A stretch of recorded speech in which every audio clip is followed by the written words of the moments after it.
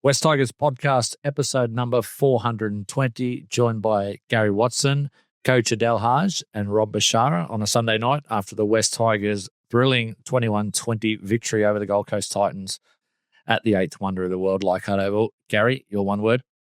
2 points. It wasn't a great performance from our side. I thought they fought fairly well.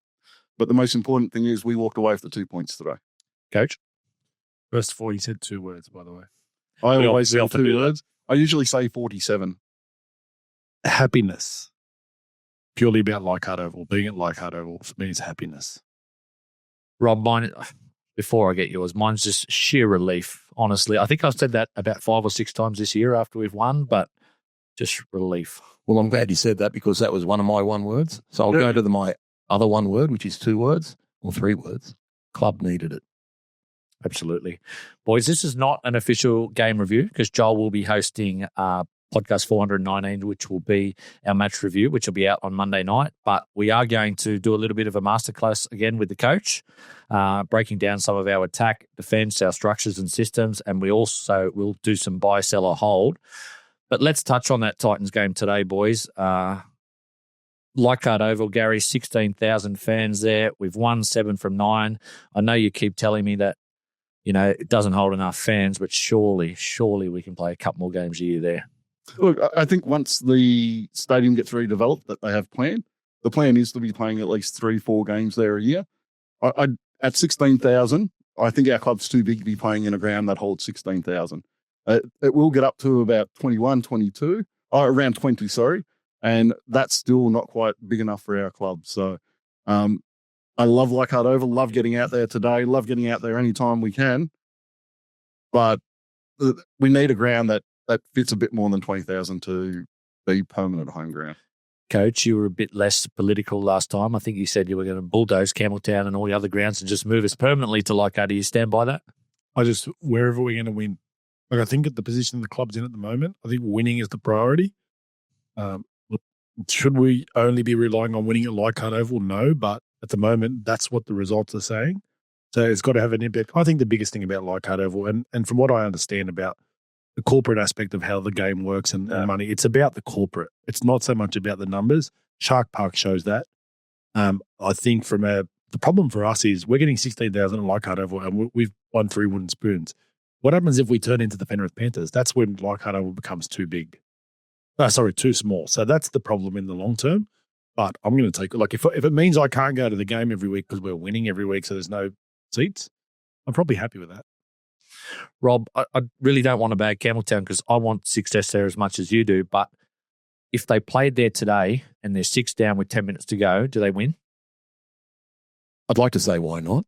I won't say yes or no, but why not? And to be fair, I'm from the Balmain side, but my only membership this year is at Campbelltown. I love the experience out at Campbelltown. I love seeing all the people. I love the drive out there. I love going to the club next door and having a chat to everyone. But yeah, we could have won. No, we don't get that win today at any other ground than Leichhardt Oval. Why do you say that? I think the history shows that. You have a look at our, 3 wins from the last 15 or so out at Campbelltown. The ground makes a difference. That crowd out there makes a difference. And it's not just the crowd, it's the configuration of the ground, the fact that everyone is so close and so on top of the football. That lifts the team. And you could see it out there today. You hear the players speak about it. That ground makes a difference. And I think it made a difference today, and I don't think we win that game today anywhere else. I think it's the confidence of the ground as well. The fact that we have won quite a bit. It's like anything in all aspects of your football. Like if you're a good defensive team, you're always going to have the confidence in your defense. Winning at Leichhardt Oval has almost become a habit for us at the moment. Yeah. So, and we don't have that habit anywhere else. No, we don't beat any other team there today, boys. I was being a little bit light on how podcasts Adel, but if we play Canterbury there today or any other Canberra, I don't think we win that game. I accept the point Gary's making, but it's the same length of grass. It's the same. I get it is more intimate. I get that, and there's that romance about it. But it's not like Campbelltown is CommBank Stadium. It's our home ground. We've got to get used to it. I'm only going off the results, like Gary said, the facts. Like that's the facts, and. Well, we've got to change the facts of Campbelltown, mate. We've got to change that. We've got to be. Hey, there was a period for a few years we weren't winning many games at Leichhardt either. I mean, it's only been the last couple of years we've any games at that stage. That's the year. That's the early years where we weren't winning any games. I think it was the first wooden Yeah. spoon. But look, I think right now the numbers say paint a picture, and yeah, we get one more game at Leichhardt this year. And you know what? You think ahead, right? And it doesn't matter who we're playing, but it's the Cowboys. You sort of say to yourself, well, there's a win coming up. That's the confidence. 20-year anniversary for the 05 grand final. So that'll be a massive day. Like I think it's Sunday with about 3 rounds to go. But Gary, does the result override the performance? Such a relief to win, but what did you make of the performance? Well, the result definitely overrides the performance. The most important thing we needed today was that win. It gets us out of that wooden spoon race. So I think that guarantees us not finishing last this year. And I think that's super important for our club. The performance wasn't great. They were very patchy. I thought we struggled in attack. I don't think our shape is what we really need it to be. But right now, I don't care about that because we got the 2 points. And it was a game I thought we were going to lose. I thought it was a game that we definitely should have won. We were a much better team on the field than the Titans played today. But we needed that 2 points, and we got those 2 points. Coach, I'm not a weatherman, but I live 10 minutes from Leichhardt Oval and there was no wind at home. But I get to Leichhardt Oval and it's always blowing a gale towards the pool. I was worried when we were 14-12 down at halftime because we had the wind. What did you make of the second half performance? A lot better? We completed 19 from 21, which was really important. And that's the simple part of the game, right? If you can put yourself in that position, usually what that'll mean is you've at least got equal share of possession. And that's what we had in the second half. We dominated possession in the second half. So I'm not as big a believer as others in regards to the wind. Like, I think the wind can be of use of you. Sorry, can be to use of you. I can't even say my words right. Can to be of use. Yep. I think it's only one part of the game, and that is kicking. It's all about your long kicking that it's going to aid you. And if you've got someone that can nail a 40-20. Neither side used the wind to their advantage. No, I don't think it made too much of an impact on today's game as well. How much is wind worth, do you think? Nothing. No points. It's not AFL. In AFL, it's worth money. I don't watch AFL. Okay. In AFL, kicking, because that's where the terms come from. It's come from AFL because of the fact there's so much kicking in the AFL. It's a longer ground. It's worth points. I don't think it's worth anything in the rugby league. I think in a game where we have a team that still struggles to get down the field, I think the fact that we are kicking out of our own end quite a bit, it does have an effect on your field position. And I think that's important for a team like us at this point in our development. But I thought the boys did really well into that win today. So it's really hard to be critical of that. But I did like your point about our completion rates at 19 from 21, and that's with us dropping the kickoff. Yeah, so, which is an incomplete set. So technically, it's probably, you want to talk about it's 20 from 21, which is Queensland origin like. Benji said it was our worst performance of the year. I don't know if he meant our worst win of the year. Is that fair? I think he meant our worst performance of the year. But he played Melbourne. But how could it be 6-4? Exactly. Look, as Gary said, it's like I would have said a different answer. The fact that Gary said the win overrides the performance is probably right because it was a much needed win, but it was an awful performance from a what's the term? It wasn't smooth. It was all clunky. There was no cohesion at times, and I think sometimes when you simplify it, you're going to complete your sets, aren't you? Like if it's basically 20 out of 21 sets from that drop ball.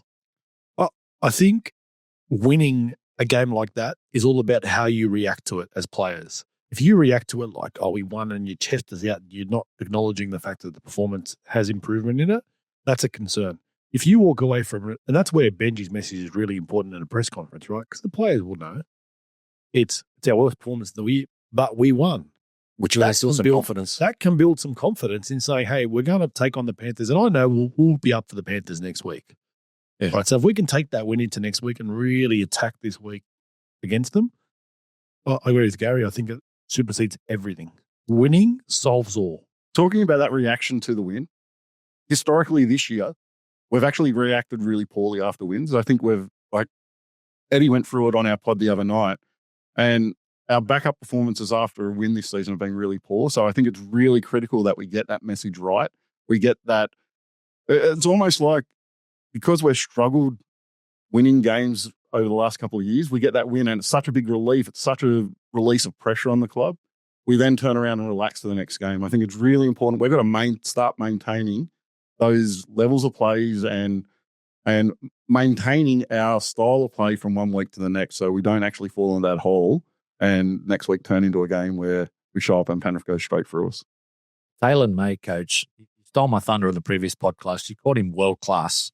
I'll read through his stats today. 1 try, 2 try assists, 3 line break assists, 1 line break, 7 tackle breaks, 121 metres, 43 post-contact metres, and 1 tackle miss. He also dropped a couple of blokes on his backside. I can't remember who it was, but that was a scary performance by Taylor May. As impressive as those numbers are, what I encourage people to do is don't read the numbers, go watch it yourself. Yeah. Because his physicality and his aggression, both with the ball and without the ball, and the fear he started to put into that Titans team, we don't win today without Taylor May.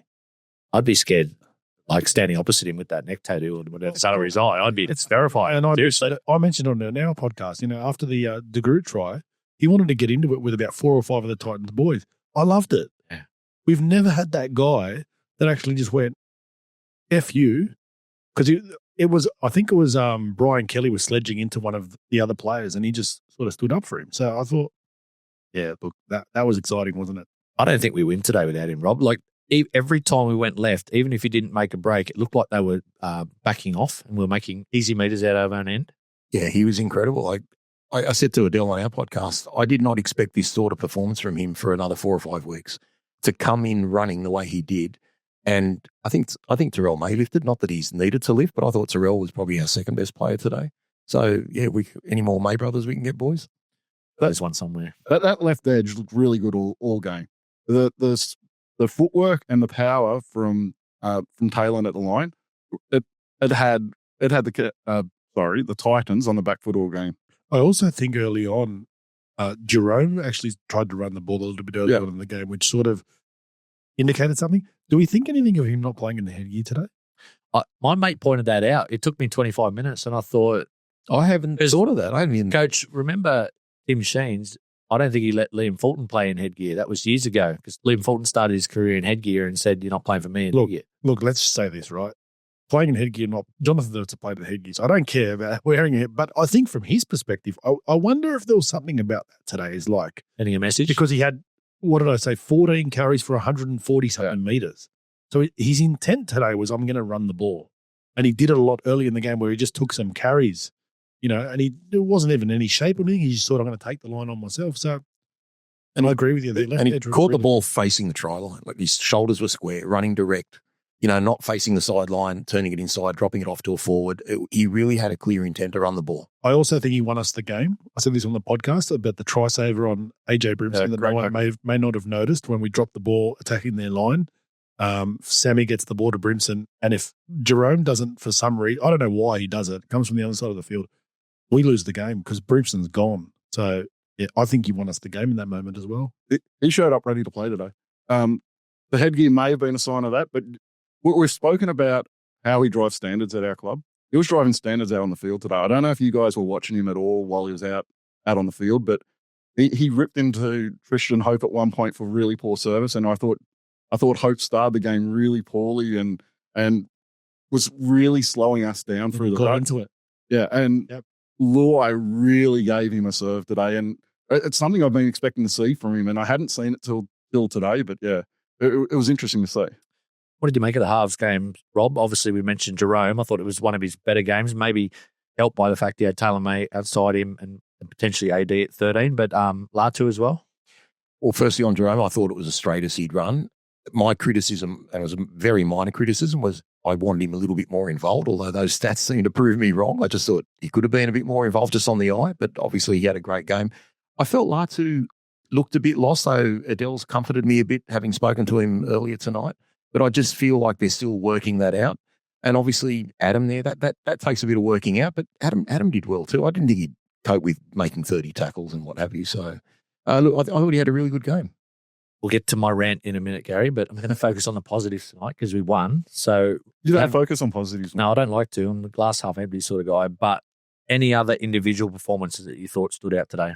Look, the usual guys were great again today. I thought Terrell May through the middle, I thought he was really strong. Adam Doueihi, I do want to point out, I thought he had a great game today. I've always been quite critical of Adam. This show's being recorded, isn't it? Yeah, it is. So beautiful. On tape. Not him. But I do. Should we re-sign him, Gary? I'm getting closer. What impressed me today was his effort. It's in defence. My biggest criticism always has been on effort plays in defence. At times, the effort in past season hasn't been there. That's picked up this year. I think that number 13 could really be the spot for him. I thought Latu's probably struggling a little bit today and was a little bit less involved today, just figuring out where Adam fits into how that spine works. Correct. But I don't have too much of a problem with that. It's a new combination once again when we've had how many halves combinations this year, and it's the real first ball player we've had in that 13 role this season. So that's going to take a little bit of time to work out, but I thought he was very good today. And yeah, I am getting much closer to re-signing him than I was a month ago. I think you're offering Adam a contract. I don't think there's a debate about whether you want him at the club or not. I think it's about what sort of money we're going to pay for him. Yeah, correct. Well, that press conference last week, he referred to the big boss, Richo. I think Richo lowballed him. Was that inferring that? Rightfully so. I mean, at the end of the day, I think we got to, not rightfully so in the sense that we should lowball somebody. We got to figure out what his value is to us. And until he proves where he's actually going to be for us long term, well, then you can't actually figure out exactly what the number is. At the end of the day, if the West Tigers offer you $300,000 and nobody else offers you more, you've got no choice. If somebody out there sees the value in Adam and thinks they're going to give him more money, because at the end of the day, that's, I love listening to Brandon Smith the other day talking about, like, we're professional players, especially once you start to get into your career.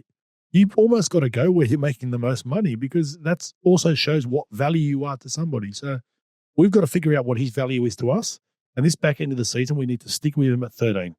Surely he's shown enough in the last 3 games, whether he's been in the halves or a lock, that he's going to be an asset to the club. So we shouldn't be lowballing him at all. In fact, I think he's just jacked his value up after today's game. I don't think it's lowballing. I think it's just figuring out what his number is. Yep.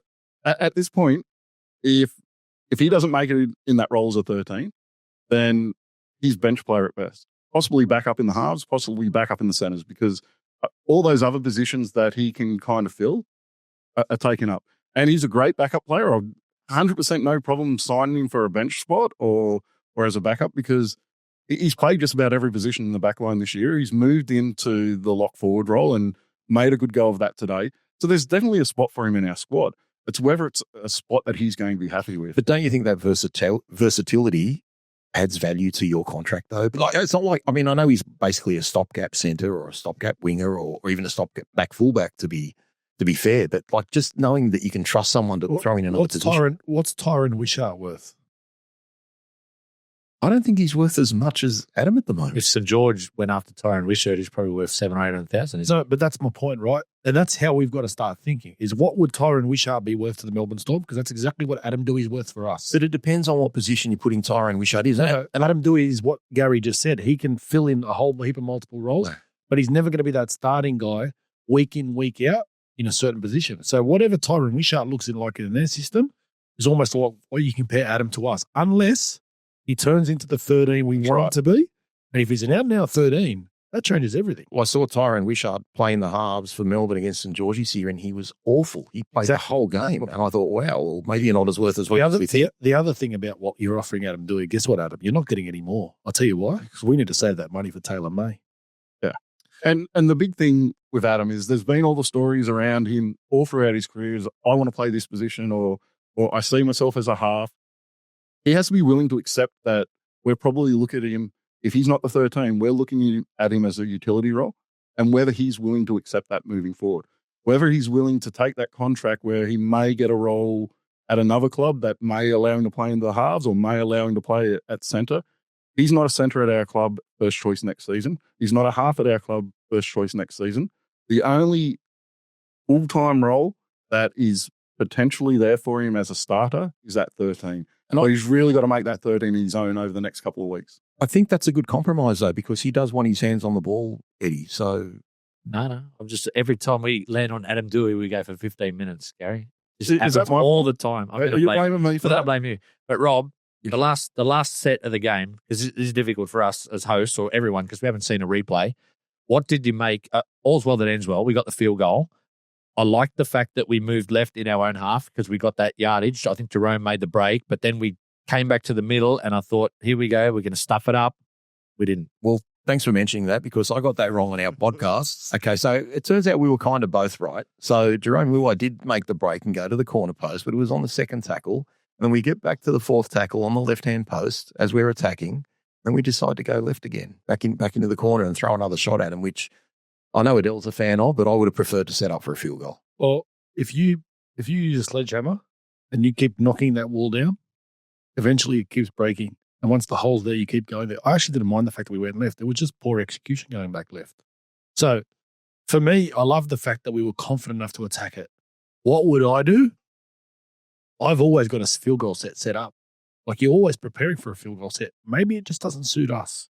Maybe we don't like it. Maybe, look, to me on the sideline, it looked like Benji. I said to you on our podcast, he wasn't frustrated. That was the moment I looked at the sideline and he looked like he was frustrated because he was yelling at Brett Hodgson. So I'm guessing he wanted field goal set up. And then, I talked about it on the podcast, Gary. Like we've seen Benji in that position. He's done a great job playing the game, setting up for a field goal and winning us the game, kicking field goals himself. So I think potentially they've got it prepped. They attacked. Well, the game plan today was obviously to shift the ball side to side and tire out the big Titans forwards. We were doing that, even spreading it from our own end. So I think the players just continued with that, and they were looking for that opportunity of how they planned to play the game. And you have a look how well we took advantage of that left edge today. They were always going to go back there at some point. I would have liked to see them set up for the field goal as well. Well, let's not be too harsh because Melbourne mucked it up last night when Grant threw that long pass. Like when you're setting up for a field goal, you're not throwing 10-metre torpedo passes to a forward at his foot. And Luai does. If we're just setting up for that field goal, Luai doesn't make the break he made earlier in the set. Yep. Because we went to the left and he took advantage of the defenders out on the right-hand side for the Titans and went straight through. That means we're probably kicking that field goal from 40 metres out instead of kicking it from where we end up kicking about 25 to 30. Great point. Coach, this one is for you. Okay, you're Benji Marshall. You're sitting on the sideline today. I know you love Appy Coruscant, but this is Eddie being negative for a minute. 12-4 up with about 10 minutes to go in the first half. You've got a gale behind you. Why are you doing a short dropout? Why aren't you kicking that 55 metres and making the Titans work their way out from halfway? We lose the short dropout. They score off the next set. I think the momentum turns. Am I being too harsh? You're asking the wrong person. You're Benji Marshall. Oh, he's Appy Coruscant as well. No. You're asking the wrong person because I always attack. So for me, if there's an opportunity to have a contested possession, I'm taking it. It does not matter what it is. The only difficult part about where we're at right now, so it's the same thing when we kick out a yardage when we kick in good ball, we're trying to put the ball high. We don't have Jerome. We don't have that guy with the elite leap. So I don't know where we've got anyone to contest those short dropouts, but sometimes it's not even about the contest. Sometimes they just drop the ball or someone gets up and bats the ball back. What would I do in that situation as coach? I always go for the attacking play. We rarely get it back though, do we? When Jerome's there, we have a chance. Wasn't there? No, I know that. We've actually been pretty good this year. But I don't mind the play. And as a coach, I always tell players, I'm not going to have it both ways with you guys because if you nail it, I'm not going to sit there and go high five. And if you don't nail it, I'm not going to sit there and criticize. Rob, I criticised it before they scored. I'm with you, Eddie. I was saying the same thing before they even did it. But the other thing too, I know it's a really strong win. Can Appy drop kick the ball 50 metres? Like it's. I thought Adam the biggest. Give it to No. Appy's gone long at times this year, and he's actually nailed it, especially with the win behind you. So I'm sitting there going, I'm backing you guys. Well, and you back your defence. Yeah, absolutely. Like it is much easier defending on that gold line than it is coming further down the field anyway. So strategically and numbers wise, it is much easier to defend inside your 10 than it is defending. I get that, but if you've done a set and then in the set. But Eddie, I'll say this: the Titans actually different to when we would defend. It was a goal line dropout. They actually had everybody set for the long dropout. So it was interesting that their defensive setup on the dropout was not short. It was everybody was back. Whereas when we had ours, we had our two front rowers back. So they actually expected the long dropout. So it might have been what twisted their arms to go short. I was just going to say, you can excuse it if you've been defending multiple sets on your line and then you're trying to get the ball back with a short one. But the fact that they hadn't been on our line for too long, you think you're going long there. You know what? Defended, and this isn't a topic of conversation at all. So it's really the defensive error that came after that. That's the problem, not the strategy of the short. Sitting with the guys today, it was like when Charlie dropped the ball after halftime and we defended. I think we had 2 or 3 sets. We defended it. We put the ball in the touch. And I said, the Charlie Staines error doesn't matter anymore, right? Because we defended it. And that's all you've got to do. Well, I think we're 2 versus 2 there, boys. I'm glad we're the Flip mode on that one. Yeah. But you guys are on the right side. That's good. It's anything else we want to mention from the game today, Gary? Positive or negative? Before we move on. Bench use. Anyone off the bench impress? Look, I found the substitution 5 minutes after half time a little bit of an odd one. It's probably not the time I would have made that change. I think we took Adam Doueihi off at that point and put Sione on. I found that a little bit of an odd decision at the time. All right, let's move on, boys, because otherwise we'll be arguing all night about the game. 21-20 victory over the Titans. Joel will talk about the game more in depth tomorrow night, hopefully out on Monday night. But Coach Jayden Sullivan, he obviously didn't play today. I know you rate him very highly. I'm still not convinced he's in the top 8 fullbacks in the game, but you can probably take me to task on that. Eddie had him sacked last year. But I can go through him individually if you want later. But, Coach, stay with me. Why is he so important to our side? I think there's not one, watching him play this year, there's not one facet of his game that he hasn't improved on, and he's almost not a leader. And he's shown this year his ability to develop. The other thing I love about him is the absolute competitor.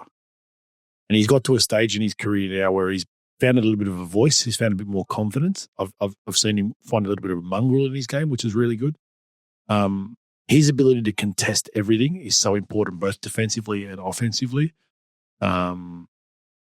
I think he gives us balance shape-wise, running both sides in particular now. And it was even the same with Galvin, because Galvin was a left-sided player. We've had 3 left-sided halves. Latu, Jerome, and Lockie all played left side. Jerome's ability to actually put his hand up and go, I'll sacrifice myself a little bit on shape and play the right edge, I think is a big point of difference to us. I think under the high ball, obviously, his leap, his athleticism, his speed, he can turn a half opportunity. You know, we said it earlier in the year when he's he's always been fully foot early on. He can turn a half break into a major break. And yeah, I'm going to come back to that top 8. I'm going to figure out. I've written them down. Are you going to tell me them now? In a minute, Gary. You go first on Buller, because I know Gary loves Buller. 100%. I think attacking wise, he's our most important player at this point in time, and probably our most dangerous. Probably the best chance of breaking a line right open with his footwork at the line. He is a huge out at the moment. His ability, as Adel just said, to actually play on that right-hand side. I really like the plays where we get both our halves onto the left and then we come back to the right and give all of that space and that time to operate on that side. Taruva got onto that right-hand side a couple of times today. Toa got onto the right-hand side a couple of times today, and it just broke down. So his ability to go to that right-hand side and control that right-hand side of the field for us is absolutely crucial in what we do. I know what Coach is doing now. He's going through all the fullbacks and thinking, am I in trouble here? Is their rate better? It's funny, Eddie, I got thrown the same thing at me a few weeks ago. So someone said, Buller's not even in the top 10 fullbacks. Okay. And I went through it, and I'm going to be really objective here. I went through the fullbacks and I thought, you know what? There's about 9 or 10 that have probably got more runs on the board. But let me explain it this way. I'm not going to say he's the most important player, Gary. I think Terrell May is, because he does the work of 2 forwards, but he's our best player. No doubt I think Buller's our best player, although Taylor May might have something to say about that after what he did today. I would not swap Jerome Buller for one other fullback in the comp. That's a difference. Our attack loses all its shape when he's not there. No, don't you go there. Who do you want? I'm not swapping him for Tedesco. I'm not swapping him for Dylan Edwards. I'm not swapping him for – I don't even want KO Weeks. I don't want anyone. I've counted it. There's 7 better than him. I think there's about 3 or 4 where they're on par, including KO Weeks. I think they're all on par. There's about 3 or 4 that are about equal, but I think there's 7 better than him. All right, we'll just say stop when I mentioned one that Buller's better than. Ryan Pappenhausen, Kalen Ponga, Dylan Edwards, James Tedesco, the Hammer, Tom Trbojevic. Tom's busted. Tom's busted. Tom's busted. Yeah. He's not a fullback. He's been playing centre. Yep. Reece Walsh. Running out of names here. I've got the young fullback from Parramatta, Iongi. Will Kennedy. So you stop. Yeah, he's better than them. The others I wrote down were just Warriors fullback, Corey Harawira. No, that's Charles Dixon. Hyphenated names. Yeah. And Will Kennedy. I think Buller's better than Will Kennedy. So I'd probably go about 9th or 10th, Coach. But with Rob's point, the upside is he's probably got 10 good years in front of him. Latrell's the other one better than him. Sorry, I didn't write him down. Yeah. There's 7 that are definitely better than him. Runs on the board, just everything they've done. Rob, I'll disagree with you. The only fullback in the game for our team I'd swap him with is Latrell Mitchell. Wow. I know. For our team and how we play, a big body like that, that's the only person on top. But I think that's the best way of trying to make my point. Like, because what part of the game doesn't Jerome have? He's got everything. But I think Latrell at his best is the best. Like, when he's on, he is the absolute X factor of the NRL. All right, let's hope he's back next week, boys, in the number 1 jersey. Let's move on to wing play. Gary, obviously we had Charlie out there today with Darrell Skelton. What did you make of their games before we talk generally about our wingers? Charlie Staines had a very forgettable game today. One he will want out of his mind fairly quickly. A number of errors. He didn't make the meters he had been making the last couple of weeks. I thought he struggled to get up the field. Darrell had a Darrell game. Did some really good things. Gets caught out with some poor decisions in defence quite regularly. But I think it was 170 metres or something in attack coming out of our own end, and that's crucial for our team at the moment. So I don't know how you can replace him when you've got a guy who makes so many yards out of our back end. What about the combination of the wingers, Coach? If, say, you were starting a new franchise, do you need one that's sort of powerful that can do that yardage out of your own end, and one that's fast or one that's tall, like a bit of a difference between the two? Or it's your own flavour as a coach and as a team, what you want. For me, it's pretty clear what the future's looking like. I think Tito will be one winger, and I think in the short term, Marcy Makasini will be the other one. This season? I'd say at some stage this season he will play. All things being equal, and as long as Staffatoa's doesn't go sort of backwards, I think that's what will look like. And like I said to Rob earlier, I've been watching the New South Wales Cup very carefully, and his yardage carries are outstanding. He was excellent yesterday. He's ready right now. If the rules weren't in place, actually I know this for a fact, speaking to people, if the rules were the old rules, where you didn't have to be 18, he would have played first grade by now. Has Skelton done enough, Rob, to sort of solidify his place, or do you think he's going to come under pressure in the coming weeks? He'll come under pressure if he keeps conceding tries and making poor decisions with his defensive reads. But for now, he's doing a really good job with his yardage, and he's certainly intent on hitting people. As I said to Adel earlier, like he's just smashing guys out of the park at least once a game. And I think it was a big one today. It was a big one today. It was a big one against the Warriors, against Tuapiki, I think it was. And I think he might have even done the one the game before.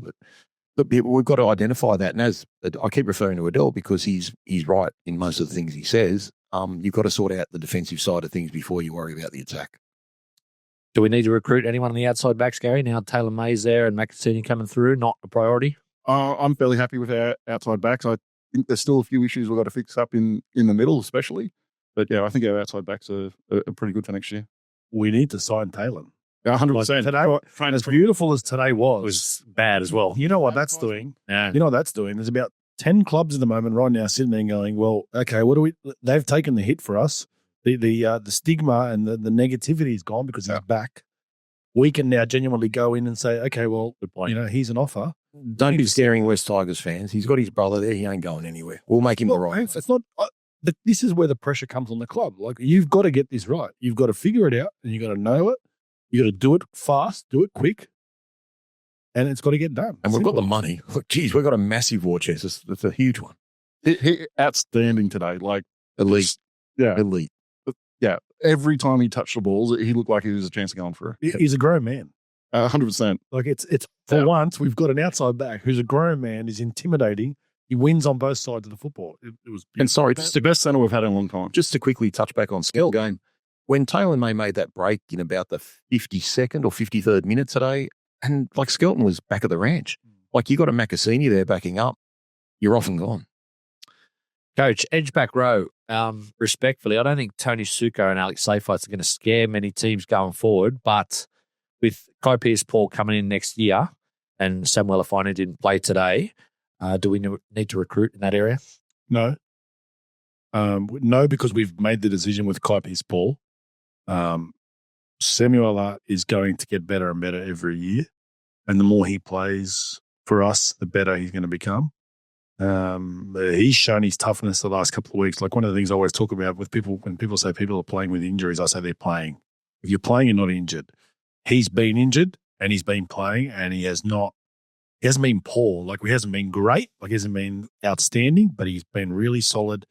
And he's gone after the game. Like, how many times have we seen him on kick chases? He's so aggressive. So, no. And Kaipi's ball, you know what? Taking him out of that Newcastle team, a little bit more of a situation where I think he's going to find a little bit more comfort in the way we play the game. It might suit him, but I'm yet to determine whether that's going to be a good or great signing for us. I want to see what happens. Newcastle's a very left-hand side, dominant side. So I think you'll get a lot more chances with the ball playing for us. I think so. He'll at least have the opportunity to show more than he's getting to show at the moment. And Sam Fainu, that combination with Luai is really starting to develop. There's last couple of weeks he's been hitting some holes where he's just about to bust through them. That's going to come really good very, very soon. So hopefully he can get back on the field quick smart. Would Jerome be a difficult guy to play with, Coach, first up as an edge back role, just because he, off the left foot, etc.? I'm not sure about difficult. I think it's adjusting to it. Absolutely. But, like a lot of what we do comes off the back of how we square up with first receiver. And we've shown on numerous occasions, especially when Adam did it really well at the back end of last week. So it shows it doesn't necessarily matters who the person is. As long as that first receiver is squaring the line up really well and giving Jerome the ball with good shape off the back of it. And the service of the pass is really important. So one of the fundamentals I always talk about is when you are running shape, the ball must be given to the outside shoulder of the attacker running onto the ball. The moment he has to catch it on his back shoulder, it just kills the flow. You know how hard it is for a back row to time his line. If the person inside him has to a split second of it having to adjust to catching the pass, it breaks everything down. The good teams, what they do is they nail it. They don't miss a pass. Every pass is right out in front, on the outside shoulder, catching the ball. It allows him to catch the ball and start adjusting where he's going to play at.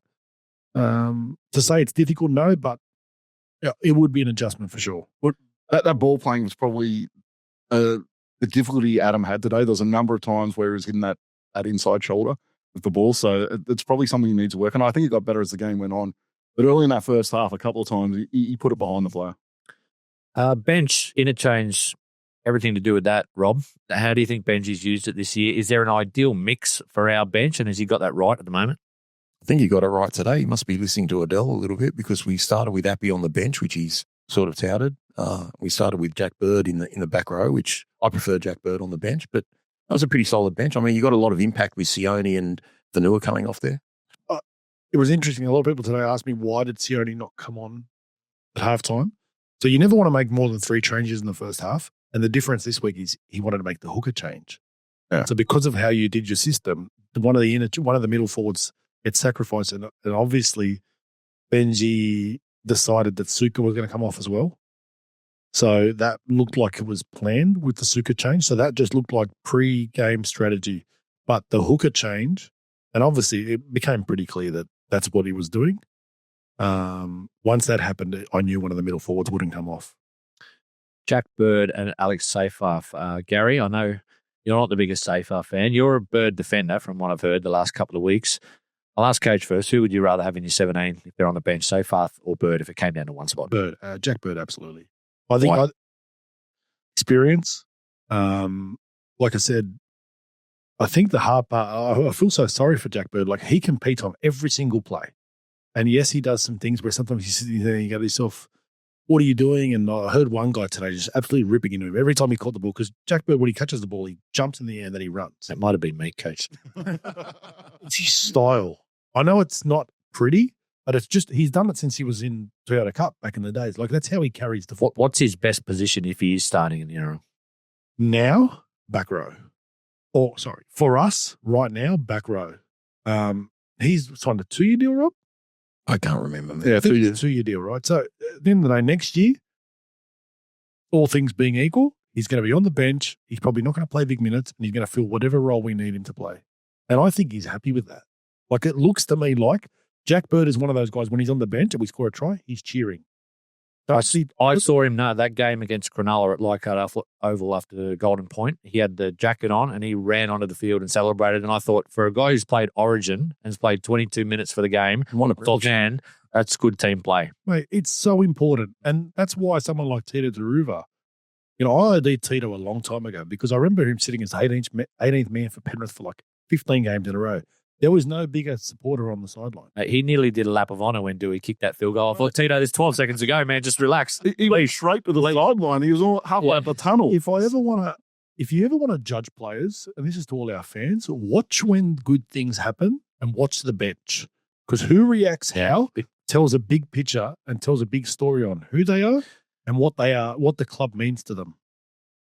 Gary, you like to go to captain's runs, apparently. I said you were Yes. I said you were a day early, but apparently, I don't know if Benji likes you watching his training session. He was looking for advice, mate. Yeah, but what's the go with Royce Hunt? Have you got some inside mail or why he's not playing first grade? From what I've heard from the club yesterday, it's all about increasing his minutes on the field. So he's got some benchmarks he needs to hit fitness-wise to allow him to play more minutes on the field. And if he hits those, he'll be back in first grade. Should he be on the bench, Rob? When the club thinks he's fit and ready to be on the bench, yes, and when Benji can trust him. That's what it comes down to. It's about trust. He couldn't trust him to put him back on the field for against the Cowboys when we needed him in those last 10 minutes. He was huffing and puffing after, 11 minutes, came off, had 60 minutes rest, and Benji still didn't trust to put him back on. I think it's a good test of his ego, right? I think it's brave from Benji. And at the end of the day, that's the one thing someone criticised it, that's a Benji signing. Benji wanted Royce Hunt. So, boy, Royce Hunt cannot be spitting chips at this, can he? No, and look, I've been watching the New South Wales Cup the last couple of weeks. He's increasing his minutes. He seems to be putting in. 2 or 3 weeks ago, he didn't go to New Zealand last weekend, but the weekend before, I thought he had a really strong game, played close to the 30, 35 minutes, and I think yesterday was around the 40-minute mark. So he seems to be putting in the effort he needs to improve those things. So I don't think he's kind of pulled up stumps and is going to do a Russell Packer. I think he's going to put in and try to get back into the side. Don't mention Russell. Let's move on, boys. We won't do the last one because we're going to run out of time. We're going to go straight into buy, sell, and hold. We'll try and do all 12. We might not get through all of them. Rob, I'm going to throw the first one to you. Tim Sheen's returning in 2022. I know he was sort of director of coaching or whatever at the start. Set the club back pathways at the start. Yeah. He was like, where is he now? Back teaching at Westfield or something? I don't know. I'm not sure what he's doing. Yeah, but did that set the club back 5 years, buy or sell? Now, I'm buying that. I hate to say it. It's not a nice thing to say about someone that brought your only premiership success to the club, but I think it's a fact. I bought a premiership with Harvey Dorman. Yeah, you and Todd Payton and Tim Sheens. Yeah, that's right. Gary, do you agree with that or not? I don't know whether I'd say it set us back 5 years. I think we're already on that downward spiral, and he didn't dig us out of it, but I think we're already heading in that direction when he got here. Well, he got here 4 years ago, so one more year of it, and it's 5 years. More positive one on Tim, coach. His first spell from 2003 to 2012 was underappreciated by Tigers fans. Buy or sell? I'm selling that. I think you're saying underappreciated. No, I think we actually looked too far into it. I think our premiership, as beautiful as it was back then, has almost affected us. I think we reflect back on it way too much. And at the end of the day, the truth be told, I think it was a fluke. And did it come too quickly? No, I don't think it come. I think the next year or the next couple of years after it are the problem. Missed the 4 years in a row after winning premiership. I think at the end of the day, you can acknowledge it. You can believe it or not. It was a fluke. It was a fluke premiership. It's like nothing. It's Leicester City in the AP. Nah, man. Like, do you know the for and against in that final series? We pretty much smashed every team we played. We only conceded 40 quads. We went on for the 4 games. Yeah, it was 140 to 34. I did this the other day, actually. Our average was 10. It was like, I think, in the last 20 years, we were like the 10th best against in that period. The point being is we went on a really good run. We were high on confidence, and we fluked it. Yeah, I'll admit it. We made one final series in 10 years, and we won the comp. Yeah. And that really tells you. Appreciation, Yeah, that really tells you the story. You can say we fluked it if we belted everyone around us. Like, who should have won it that year? Oh, it was St. George and Parramatta were the Leafs and head. They were ahead of everyone. Destroying everybody. We were meant to get flogged in the Parramatta final. Parramatta don't win. They'll never win it. Yeah, Parramatta don't win. But you know why it's underappreciated? Because we got the success too quickly, which is what you were saying, Gary. I think the success did come too quickly, and given we had so much young talent there with the Fultons and the Heiningtons and the who else was there? Gibbs and but Rob, it's very similar to Penrith. Robbie. Penrith did the same thing in that 2003 era, where they were poor. They won a premiership. They went to a couple of finals after it. They didn't have much success for a long time, but it was very similar to Penrith. I just think for us, the years after it, at least Penrith made a prelim after that. They made the finals the year after that. They showed that obviously they didn't win a premiership, but they showed that there was something that was built there. For us, the Scott Prince, Scott Prince leaving was a knife in the heart. Master. Yeah. Imagine the narrative if he won 2. We're 1 point away from winning 2, because we would have beaten Roosters in 2000. We should have won 2000. We were the best team by a mile. I'll never forgive the referee for the Jeremy Smith knees in the back on Lottie. Yeah. Never forgive it. 10 and 11, we should have won one of those. Question number 3, I'll throw it to you, Gary. Terrell May should have played Origin this season by yourself. Oh, I'm buying that every day of the week. I think he's had a line put through his name, and there was decisions made around other people in the team that they decided they didn't want Terrell in there. And he would have given at least as much as Stefano gave in that series. So, yeah, I would have had it. From a tactical sort of point of view, coach, like they talk about he gets a sort of slower play the ball than some props, but I watched the starting front row. I can't even remember his name for New South Wales this year. King and Stefano. Did Terrell May clearly deserve a spot over those two in a different sort of arena, Origin? No doubt about it. He deserved the spot. I mean, at the end of the day, you're a coach, you live and die by your decision. So that's a Laurie Daly problem. Do you think he got red penned because of his personality, off-field stuff, or because of his style of play? You want me to tell you the truth? Yeah. Laurie Daly has never liked West Tigers players. Never liked the West Tigers style. He's never been a fan of it. Even when, remember, in the days he used to call for Fox. It was very they were dark days, though. He was a bad caller. Not as dark as him being coach of New South Wales. Yeah. He was the referee. He was the caller that always used to say, this is a game of 200. Yeah, cliches. The cliches came in. Yeah, but on the football side of it too, I know he does a job for us having to play often 70 and 80 minutes. There's nothing to say that he couldn't have had a reduced role at 40 minutes or 30 minutes in Oregon. For the Roosters. The whole narratives around that was ridiculous. It is. Right. And the thing is, he can provide impact. When he plays 80 minutes, he doesn't hit the line as hard as he does when he plays shorter minutes. Then there's been games, especially in the back end of games this year, where he has started to hit the line quite hard. So I think there is a little bit of pacing himself throughout an 80-minute game.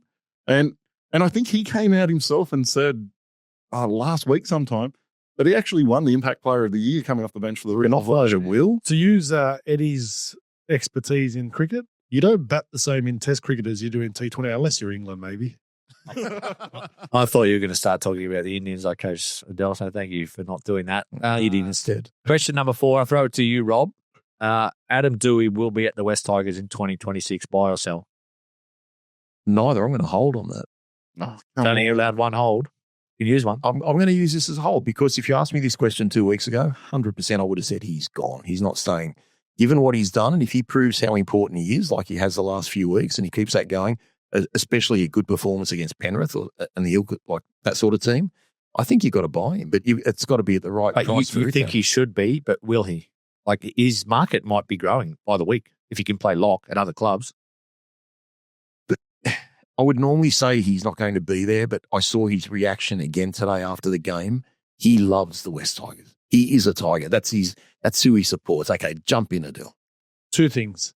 He needs to be careful the way he speaks in press conferences. That's the first thing. That was a pretty, yeah. Okay, I saw that one That's Wednesday. the first thing, and I'll ask you this question, Rob. Sure. Does he love the West Tigers or does he love Adam Doueihi? Because if someone else kicks the field goal today, does he have the same reaction? He's Lebanese. He loves both. No. I'm not saying he does or doesn't. That's for me. I love the West Tigers and I love me. Okay? No. Right, what I mean. You love the West Tigers. No, I'm not saying he. Mate, I was crying at full time. I was crying. I'm not surprised. But that's what I want to. That's after the press conference. I didn't like I didn't like the press conference. I didn't like that's. Yeah, I didn't like the press conference on Wednesday. Okay, can I backtrack a little bit then? We've all heard about the stoush between Adam and Benji.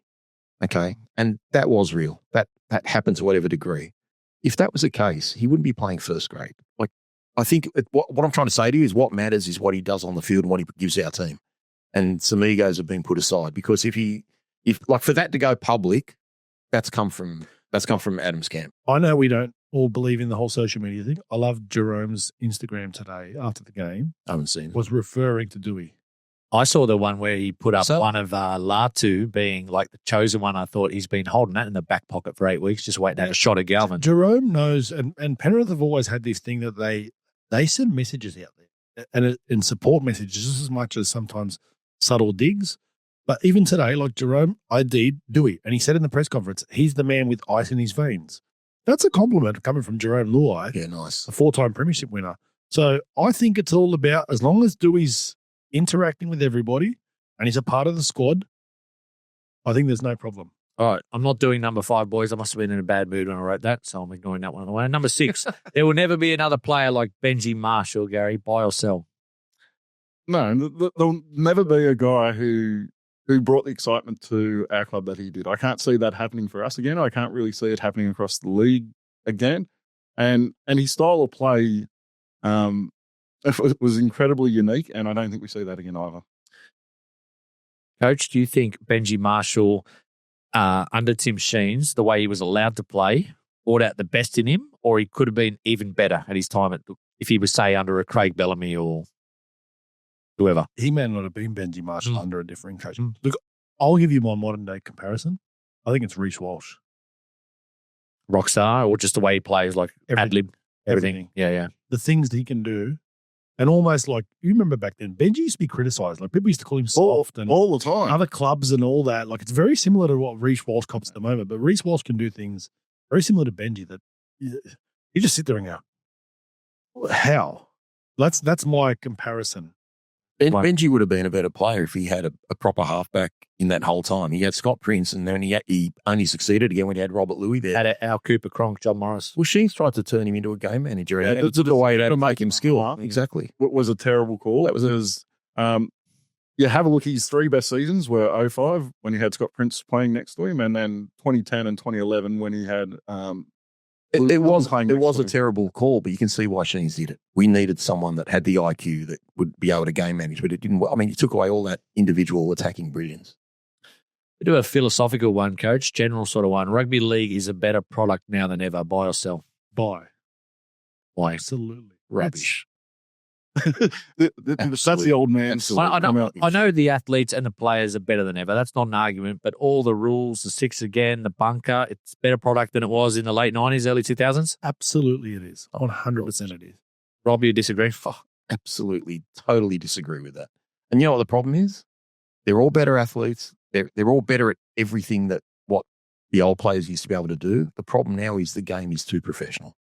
It is so, like back, we came out of an era, hear me out, we came out of an era that was semi-professional. Okay, well, when are we going to see chips over the top on the first or second tackle? You'd be shot dead if you do that now. It's because now we know what works, the style of game managing, playing the percentages. We had eras that were more exciting to watch. Sure, the athletes are better. They can put the ball down in amazing ways. We've taken away that corner post rule that makes some of the tried put downs incredible. And some of the wingers today would have been the most elite prop forwards 30 or 40 years ago, like the size of them. I get all that. I get they're better athletes. I get they're better at what they do individually, but you're saying the product to watch, mate, I get so frustrated seeing 5-6 agains on a try line. Like, how the frick are you supposed to stop that, man? Do you know what's the only thing that's changed in the modern day, Rob? What? Is the television. It's what we get access to has changed it, to me. That's what's changed the game. Like things like the referee's mic, for example. I think that's changed everything in the game. I think all the camera angles, but fundamentally the game is played exactly the same. No, you go watch a New South Wales Cup game. It's like watching the old days. Watch Flegg. Watch ones with no TV. Don't you reckon the TV should only be able to show the replay once and we wouldn't miss anything? You know what I mean? I hate the whole narrative of we've bunker and fair. No, I hate the whole. Because you know what? You watch other professional sports around the world, they're all evolving. Like, this is the world. It's evolving. If we get left behind, we get left behind. Like, we will get left behind if we don't catch up. I just think the biggest thing I'd want to take out of the game right now, I think it has an impact, and, I'm happy to be wrong, is the mics on the referees. I don't think we should hear anything until we have to. So, mess the bunk. But how does that affect what the game looks like, though? Like, they're referees. I don't get that. Because we don't need to know what's going on, and you can hear everything. I think you take the referees, the mics off the referees, it stops becoming a part of the game where we're actually hearing. You know the KO Weeks try we saw the other week where he chipped over the top in the wet weather and scored the winning try? We used to see that 3 times a weekend, and we get to see that like once every blue moon now because the game is about percentages. It's about winning. It's about winning. You're right. But I'm saying the product was more exciting. We're just getting old, Rob. There would have been guys in the 90s who were saying the game was better in the 70s because that's what they grew up with. That's what they saw week to week. No, well, if you go back further, like you don't want the unlimited tackle rule where they were doing dummy half runs. That's just stupid. It would say, guys, What's better to watch on? What's better to watch? How was the game in the 70s, Rob? I'll tell you now. The game in the early converted in the 60s. I was sorry. It's always go to Joel. Hear me out. The game in the 70s was boring. It was only when Canterbury came along and they were the entertainers rugby league and they scored these tries with the 3 Hugheses and the 3 Mortimers and width of the field and stuff like that. And then Phil Blake came along and, for Manly in 82, and he started doing chips over the top every week. Sorry, Eddie. We watched the Bulldogs Penrith game the other week. That was entertaining. Low-scoring games often best That hands. was entertaining. Great game. That was a great game of footy, but that's very rare, Adel. To me, that's very rare. Yeah, a lot of scoring, percentage of football. That were. I loved it. That was like a heavyweight fight. I loved it. Throwing punches at each other. Yeah. It comes down to the quality of the teams and the Penrith Broncos grand final. What a game! Like there's the Broncos Cowboys 2015. Like there's grand finals. They were better than we lost 89. They were better than 89, for example. Like anyway. All right. We're only going to do 2 more, boys, because we're running on about an hour. Gary, I'll rephrase this one a little bit. Royce Hunt's contract was a bad contract. Buy or sell? Well, at this point, while he's playing reserve grade, I have to say that it's a bad contract. I'm going to buy it with the proviso that it could change if he does get those fitness issues fixed up. But at this point in time, it seems like a bad contract. Right. I'm not going to do number 10 because that could just set me off at this time of night. I don't need that after a victory. Do you want to do number 10? Leaving out your best topic, I reckon. All right, let's do it then. Rob, though. Rob, number 10. I reckon I know. Jason Taylor, if we are doing a draft like we did before, this is a reverse draft, so in terrible order, was the biggest factor in the West Tigers' demise over the past decade. Buy or sell? You're going to hate this answer. Going to sell it. I'm going to sell it. Of course he's going to sell Are it. you going to give me a name or are you just going to... Why am I going to sell it? I want to see if you read my... Because he's got his 2 mates that he's going to rip into. Go, Rob. No, not at all. No. No, I think Jason Taylor was arguably probably the worst thing that ever happened to our club. But why was the reason he was there? It was Grant Mayer. Grant Mayer is the one that got commissioned Brian Smith to do the full inquiry and make sure they got Robbie Farah out of the club and all that sort of thing. So to me, like if you're doing a draft order, it's Grant Mayer and Jason Taylor is very close after that. You think those 2 above Lee and Justin? Well, it started the rot. If we wouldn't have had I'm Lee not and saying Justin. Lee and Justin. I thought from your perspective it was going to be directly straight to that. No, look, Lee was. Look, I'm just trying to be objective about it. What started it? And we haven't. We set him off. Yeah, I was. No, I'm not going to get anything out of bagging Lee and Justin anymore. Just let us do it. Anyone that's objective knows how diabolical their whole situation and their performance was the whole time. So I'll let that go. But where did the rot start? Where did the draft order start?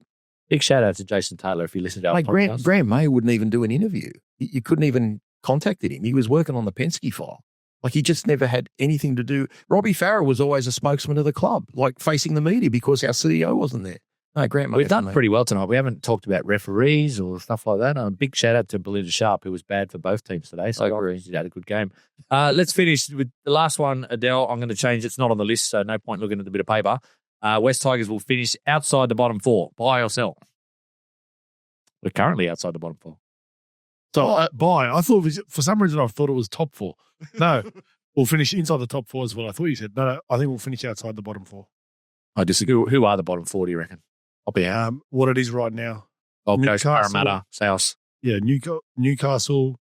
I think Newcastle's loss tonight probably has absolutely destroyed their season. Newcastle, Parramatta, South. Latrell's gone for the year, so is Cody Walker. They're gone. Yeah, okay. So I'll ask you a quick one though. Is 12th a successful season? I think it is. It's not a failure. It's an improvement, isn't it? It's not a failure. It's not a success. It's not a failure though. Heading in the right direction. Boys, it's been an absolute pleasure. Rob, can you just give a shout out because we are in a very shiny studio. I know we're only trialing it tonight, but thank you for letting West Tigers Podcast come in and do a collaboration tonight. But do you want to give the guys a shout out? Yeah, sure. So we're here at Mic'd Up at Parramatta. So Mic'd Up Podcast Studios. Anyone out there looking to do a podcast, please give Daniel Hanna a call. And obviously I don't have the phone number on the top of my head, but just look them up on the website. This has just been amazing. I'm ready to move in, boys. I don't know about you, but absolutely love it here. Outstanding, boys. This podcast will be out hopefully Wednesday morning, and Joel will do the full game wrap up hopefully Monday night. Thank you, boys. Thanks, guys. Boys. Cheers.